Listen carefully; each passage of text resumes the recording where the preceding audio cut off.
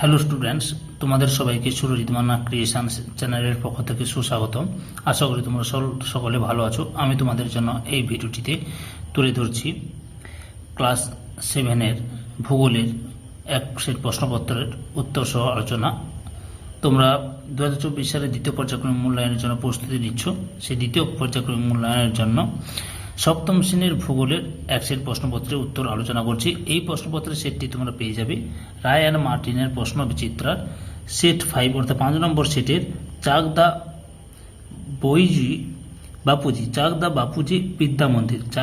বাপুজি বিদ্যা মন্দির এই স্কুলের যে প্রশ্নপত্রের সেটটি রয়েছে সেই সেটের সম্পূর্ণ সমাধান। আর তার আগে তোমাদের কাছে অনুরোধ, তোমরা ভিডিওটি সম্পূর্ণ অর্থাৎ পুরোটা দেখো এবং একটা লাইক দাও এবং ভিডিওটি কেমন লাগলো কমেন্ট করে জানিও এবং ভিডিওটি তোমাদের একই ক্লাসের বন্ধু বান্ধবীদের মধ্যে শেয়ার করো। আলোচনা শুরু করছি। একের দাগে সঠিক উত্তরটি নির্বাচন করে লেখো। এখানে প্রতিটি প্রশ্নের মান 1। একের দাগে প্রথম প্রশ্ন, আটলাস পর্বতমালার সর্বোচ্চ শৃঙ্গ Mount Toubkal, Mount Kilimanjaro, Mount Elbrus, Mount Everest. সঠিক উত্তরটি হলো মাউন্ট তৌবকল। দুইয়ের দাগের প্রশ্ন, রেল লাইনের ধারে পড়ে থাকা পাথরগুলি আগ্নেয় পাললিক রূপান্তরিত শিলা। সঠিক উত্তরটি হলো অপশান এ তে আগ্নেয় শিলা। 3 নম্বর প্রশ্ন, কালাহারি মরুভূমি আফ্রিকা মহাদেশের যেদিকে অবস্থিত তা হলো পূর্ব দিক, পশ্চিম দিক, উত্তর দিক, দক্ষিণ দিক। সঠিক উত্তরটি হলো অপশান ডি তে দক্ষিণ দিক। 4 নম্বর প্রশ্ন, গ্রস্ত উপত্যকা দেখা যায় ভঙ্গির স্তূপ আগ্নেয় ক্ষয়জাত পর্বতে। সঠিক উত্তরটি হলো অপশান বি তে স্তূপ পর্বতে। 5 নম্বর প্রশ্ন, মিশরের রাজধানী হলো খার্তুম, কায়রো, নাইরোবি, জুবা। সঠিক উত্তরটি হলো অপশান বি তে কায়রো। এবার 2-এর দাগে নিচের প্রশ্নগুলির উত্তর লেখো। 1-এর দাগে ভারতের একটি অন্তর্বাহিনী নদীর নাম লেখো। ভারতের একটি অন্তর্বাহিনী নদীর নাম হলো লুনি নদী। 2 নম্বর প্রশ্ন, সিমেন্ট কারখানায় কোন শিলা ব্যবহার করা হয়? সিমেন্ট কারখানায় কোন শিলা? পাললিক শিলা ব্যবহার করা হয়। কিন্তু এখানে কোন শিলা বলতে এখন চুনা পাথর বললেই ভালো হতো। আমি চুনা পাথর লিখছি, তাহলে চুনা পাথর। ক্যারাভান কি? ক্যারাভান কি একটু দেখো, আমি লিখছি সাহারা মরুতে উটের দলকে ক্যারাভান বলে। সাহারা মরুতে বা সাহারা মরুভূমিতে উটের দলকে ক্যারাভান বলে। 4 নম্বর প্রশ্ন, ভিক্টোরিয়া জলপ্রপাত কোন নদীর উপর অবস্থিত? উত্তরটি হবে ভিক্টোরিয়া জলপ্রপাত জামবেজি নদীর উপর অবস্থিত। 5 নম্বর প্রশ্ন, আফ্রিকা মহাদেশের সর্বোচ্চ শৃঙ্গের নাম কি? আফ্রিকা মহাদেশের সর্বোচ্চ শৃঙ্গের নাম মাউন্ট কিলিমাঞ্জারো।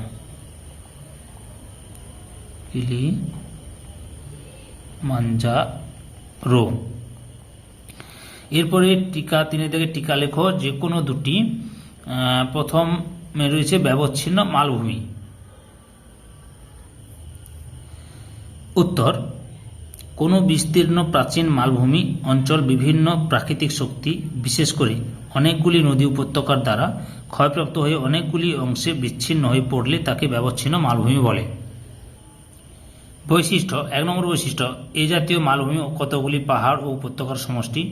2 নম্বর বৈশিষ্ট্য, এই মালভূমিতে একই উচ্চতা ও সমতল শীর্ষ দেশ বিশিষ্ট পাহাড় দেখা যায়। 3 নম্বর বৈশিষ্ট্য, এই মালভূমির কোমল শিলাগঠিত অংশে নদী উপত্যকার সৃষ্টি হয়। উদাহরণ, মধ্য ভারতের বুন্দেলখণ্ড ও বাঘেলখণ্ড মালভূমি, দক্ষিণ ভারতের কর্ণাটক মালভূমির মালনাদ অঞ্চল প্রভৃতি ব্যবচ্ছিন্ন মালভূমির উদাহরণ। 3.2-এর দাগে টিকা রয়েছে বদ্বীপ। উত্তরটি লক্ষ্য করো, এখান থেকে লিখবে নদীর মোহনায় নদী স্রোতের বেগ নদীবাহিত বস্তুভার ক্রমান্বয়ে সঞ্চিত হয়ে কালক্রমে বাংলা মাত্রাহীন বা গ্রিক অক্ষর ডেল্টার ন্যায় এক ধরনের ভূমিরূপ সৃষ্টি হয়, একে বলে বদ্বীপ। সৃষ্টির কারণ গতিবেগ। সমভূমি অঞ্চলে নদীর গতিবেগ কম হবে। ঢাল, মৃদু ঢালে মোহনা সমুদ্রের সঙ্গে মেশে। 3 নম্বরে বায়ুপ্রবাহ, নদী প্রবাহের প্রতিকূলে বায়ুপ্রবাহ দেখা যায়। 4 নম্বরে জোয়ার ভাটা, মোহনায় জোয়ার ভাটার প্রকোপ কম থাকতে হবে। 5 নম্বরে পলি, নদীবাহিত পলির পরিমাণ বেশি হবে। 6 নম্বরে ক্ষেত্রফল, নদী অববাহিকার ক্ষেত্রফল বেশি হলে ক্ষয়িত উপাদানের পরিমাণও বেশি হবে। 7 নম্বরে উপনদী, উপনদীর সংখ্যা বেশি হলে বস্তুভার বেশি হবে, আর পয়েন্ট না দিলেও চলবে, তবে একটা উদাহরণ দেবে।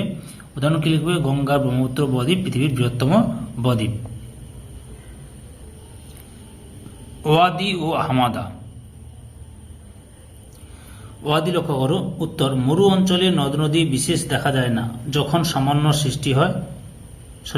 বৃষ্টি হয় তখন খুব স্বল্প সময়ের জন্য ছোট ছোট নদী সৃষ্টি হয় এবং পরে সেগুলি শুষ্ক হয়ে বালির নিচে হারিয়ে যায়। এইরূপ শুষ্ক নদীখাতকে ওয়াদি বলে। হামাদা কাকে বলে? উত্তরটি দেখো, বায়ু প্রবাহের ফলে বালুকা রাশি উড়ে গিয়ে যে উদ্ভিদবিহীন মসৃণ পাহাড় ও শিলাময় ভূমি পড়ে থাকে তাকে হামাদা বলে। সাহারার পশ্চিম দিকে এইরূপ ভূমিরূপ লক্ষ্য করা যায়। পরের প্রশ্ন রয়েছে মধ্যরাত্রির সূর্যের দেশ। উত্তরটি দেখো, 21শে মার্চ থেকে 23শে সেপ্টেম্বর পর্যন্ত উত্তর মেরু অঞ্চলে সূর্য অস্ত যায় না, অর্থাৎ এই সময় একটানা 6 মাস দিন। ফলে নরওয়ের হামারফেস্ট বন্দরে সাধারণত মে মাসে থেকে জুলাই মাস পর্যন্ত গভীর রাতেও সূর্য দেখা যায়। এই জন্যকে নিষিদ্ধ সূর্য এবং নরওয়ের হামারফেস্ট বন্দর ও তার আশেপাশের অঞ্চলকে নিষিদ্ধ সূর্যের দেশ বা মধ্যরাত্রির সূর্যের দেশ বলে।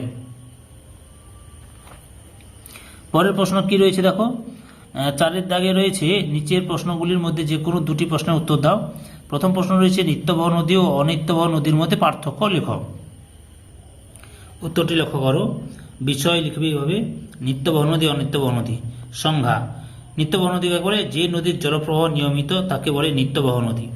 অনিত্যবহ নদী কাকে বলে? যে নদীর প্রবাহ অনিয়মিত তাকে বলে অনিত্যবহ নদী। তারপরে প্রকৃতি: নিত্যবহ নদীগুলি সাধারণত বরফ গলা জলে পুষ্ট, সব ঋতুতে নদীতে জল থাকে। অনিত্যবহ নদীতে জোয়ারের জলে পুষ্ট বা বর্ষা ঋতু ছাড়া অন্য সময় নদীখাত শুষ্ক থাকে। বৈশিষ্ট্য: জলপ্রবাহ নিয়মিত থাকায় নিত্যবহ নদীগুলির বিস্তার বেশি হয় এবং জলস্রোত খর হয়। আর অনিত্যবহ নদীর গতিপথে বর্ষা ঋতু বা বিশেষ সময় ছাড়া পলি, বালি, পূর্ণ বালির চড়া গড়ে ওঠে। তারপরে রঙে প্রকাশ: মানচিত্রে নিত্যবহ নদীগুলি নীল রঙে চিহ্নিত করা হয়, আর মানচিত্রে অনিত্যবহ নদীগুলি কালো রঙে দেখানো হয়।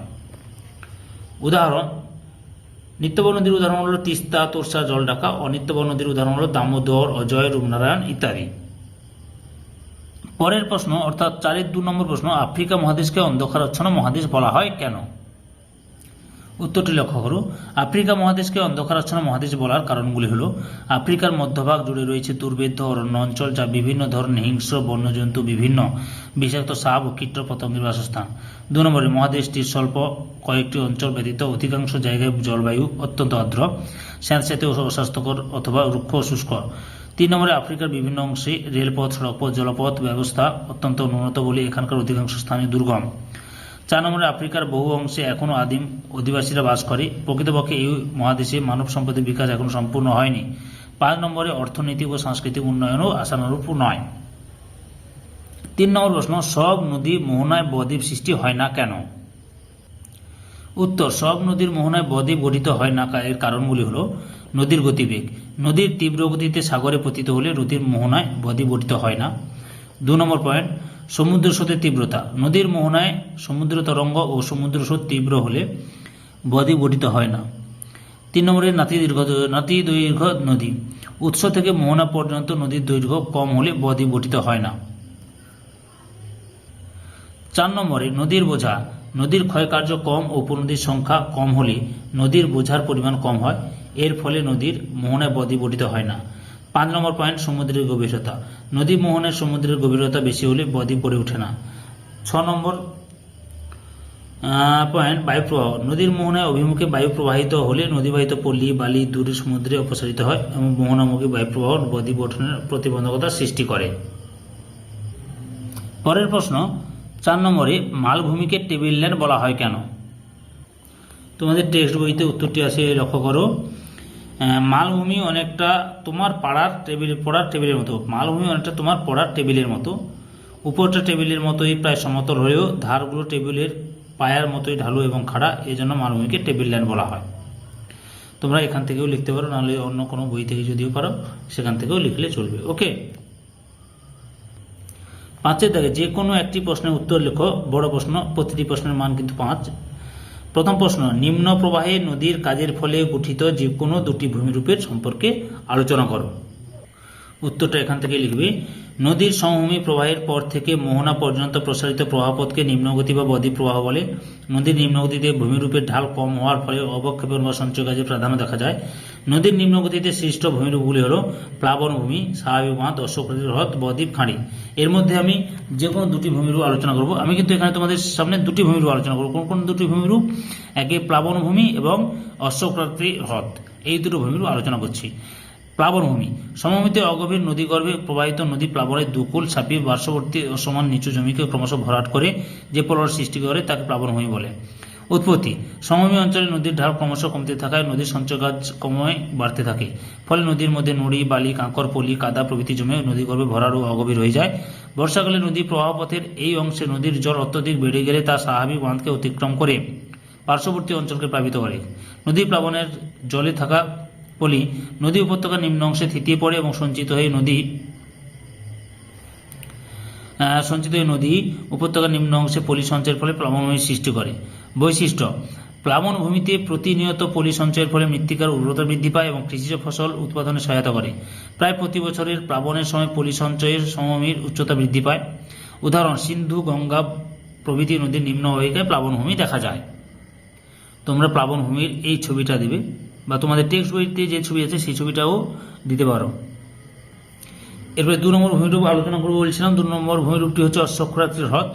নিম্নগতিতে কোনো নদীবাঁকের মাঝের অংশ মূল বাঁক থেকে বিচ্ছিন্ন হয়ে ঘোড়া বা গরুর খুরের মতো অবস্থান করলে তাকে অশ্বক্ষুরাকৃতির হ্রদ বলে।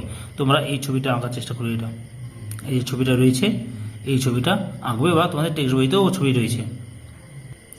উৎপত্তি বা সৃষ্টি, 1 নম্বরে অবতল পাড়ের তলদেশে নদীর ঘূর্ণি স্রোতের আঘাতে একটি ছোট গর্তের তৈরি হয়। এই গর্ত ক্রমশ বড় হতে থাকে এবং ক্ষয়জাত পদার্থসমূহ নদীর অপর পাড়ে আয়তন অনুযায়ী সঞ্চিত হতে থাকে।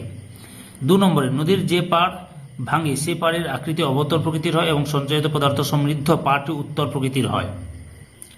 3 নম্বরে নদীর পাড়ের ক্ষয়, বহন ও সঞ্চয়ের জন্য নদীর সর্পিল গতি ক্রমশ বাড়তে থাকে। এরপর নদীতে পয়েন্ট বারের পরিমাণও বাড়তে থাকে। 4 নম্বরে নদীর মিয়েন্ডারিং, বাঁকের বাহু দুটি একেবারে কাছাকাছি চলে এসে নদীতে হঠাৎ জলের পরিমাণ বেড়ে গেলে বাঁক দুটি তীক্ষ্ণ হয়ে যায়। 5 নম্বরে নদীগ্রাস হলে মূল জলাধারা যদি প্রবাহের মতো সরল পথে চলতে থাকে এবং মূল খাতের বা চ্যানেলের পাশে একটি হ্রদ অশ্বের খুরের মতো আকৃতি নিয়ে অবস্থান করলে একে অশ্বক্ষুরাকৃতির হ্রদ বলে। বৈশিষ্ট্য, নদীর ক্ষয়, বহন, সঞ্চয় মিলিত কাজের ফলে সৃষ্ট ভূমিরূপ হল অশ্বক্ষুরাকৃতির হ্রদ। উদাহরণ কি? বর্ধমান ও বীরভূম জেলার অজয় ও দামোদর নদীবক্ষে অশ্বক্ষুরাকৃতির হ্রদ দেখা যায়। এছাড়াও আরও উদাহরণ দিতে পারো, মুর্শিদাবাদ জেলায় যে ভাগীরথী নদী রয়েছে ওখানেও যে ভাগীরথী নদীর যে মতিঝিল রয়েছে ওই মতিঝিলটি কিন্তু অশ্বক্ষুরাকৃতির হ্রদের প্রকৃষ্ট উদাহরণ। এই সেটের লাস্ট প্রশ্ন, আফ্রিকা মহাদেশের সাভানা তৃণভূমি ও ভূমধ্যসাগরীয় উদ্ভিদ সম্পর্কে লেখো। সাভানা তৃণভূমি অঞ্চল অবস্থান, পশ্চিমে নিম্নভূমি অঞ্চল ছাড়া নিরক্ষরেখার উভয় পার্শ্বে বিস্তীর্ণ সাভানা তৃণভূমি অবস্থিত। মহাদেশের প্রায় 40% স্থান জুড়ে এই তৃণভূমি অবস্থিত। বৈশিষ্ট্য, 1 নম্বরে এই গাছগুলি প্রায় প্রাণহীন হয়, এরা অল্প বৃষ্টিপাতে বেঁচে থাকে। এই সাভানায় কয়েকটি জাতীয় সংরক্ষিত পার্ক অবস্থিত। 4 নম্বরে সাভানা তৃণভূমি অঞ্চল 2 থেকে 3 মিটার পর্যন্ত লম্বা হয়। এরপরে ভূমধ্যসাগরের জলবায়ু অঞ্চলের উদ্ভিদ অবস্থান, আফ্রিকার ভূমধ্যসাগরের তীরবর্তী অঞ্চলে, বিশেষত আটলাস পর্বত বা তার সংলগ্ন অঞ্চলে এবং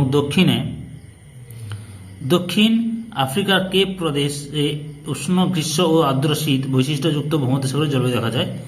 উদ্ভিদ সৃষ্টির কারণ, বৃষ্টিপাতের পার্থক্যের জন্য বিভিন্ন স্থানে বিভিন্ন উদ্ভিদ জন্মায়, যেমন কোথাও কাঁটাজাতীয় উদ্ভিদ, কোথাও বৃক্ষ, কোথাও ঝোপ প্রভৃতি। বৃষ্টিপাতযুক্ত অঞ্চলে জন্মায় চাপ রেল, ম্যাকুলুয়া প্রভৃতি গুল্মজাতীয় উদ্ভিদ।